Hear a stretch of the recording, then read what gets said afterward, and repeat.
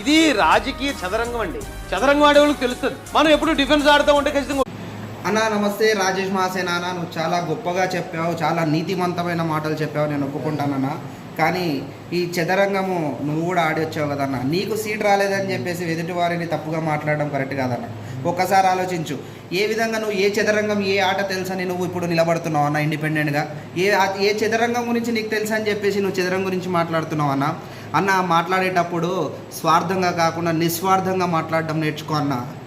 మొన్నటి వరకు పొగిడిన మాటలే నోరే ఈరోజు తిప్పి ఇలా మాట్లాడడం ఎంతవరకు కరెక్టు? అంటే మన దగ్గర ఉంటే ఒక లెక్క, పరులకు పోతే ఇంకో లెక్కనా?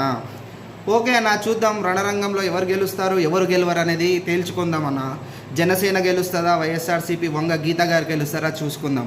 ఎంత మహానుభావులు, ఎంత మహనీయులు, ఎంత అంగబలం కండబలం ఉన్న వారినైనా సరే ఓడించి పవన్ కళ్యాణ్ గెలుస్తాడు. జై జన